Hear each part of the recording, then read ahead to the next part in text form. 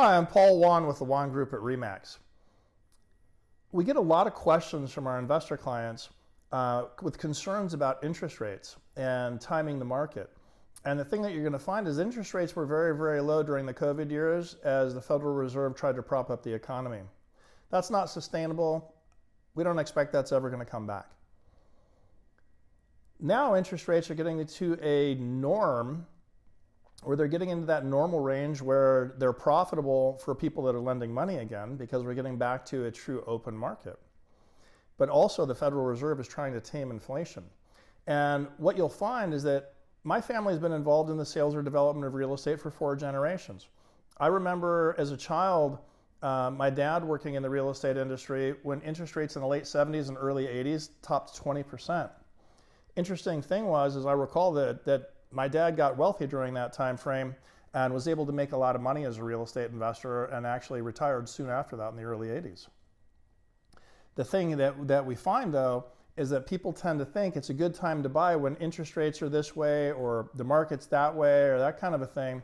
And if you want to create true financial independence investing in real estate, I think you'll find this little term that one of our lender partners came up with is very helpful. Marry the property and date the rate. The reason for that is that the property is what creates value through growth in asset value and growth in income stream. And that happens over time. We need to have time in the market to do that. And so what happens is real estate investors, we tend to hold on to our properties and change our mortgages on a very regular basis in order to allocate the asset that we have in each individual property and spread that across our portfolio in the most opportune way, in the most efficient way.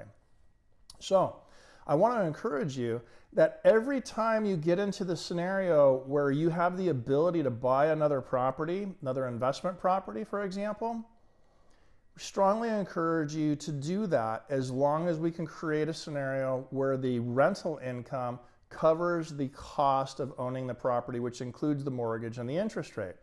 So the bottom line is, every time you have that opportunity to buy, we strongly encourage you to buy a high quality property, and then we go ahead and reposition the mortgages as appropriate when they can.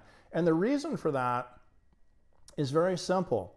Right now, a lot of people are saying, I don't want to buy because the interest rates are too high, but the market is still going up by 11 to 15% year over year. So we get down to the idea of saying, well, I want to wait for interest rates to be lower, but I want to pay 5-10 times more than I would save in the interest rate because the value of the property is now higher. So even after 2008 was the only time I really saw in my career that the market dipped for a little while. People in 2008, 2009 thinking, oh, I bought at the peak of the market. They're not feeling too bad now because in virtually all major metropolitan areas, their properties are worth more than twice what they paid for them at that previous peak. Timing the market does not make sense. It's about time in the market.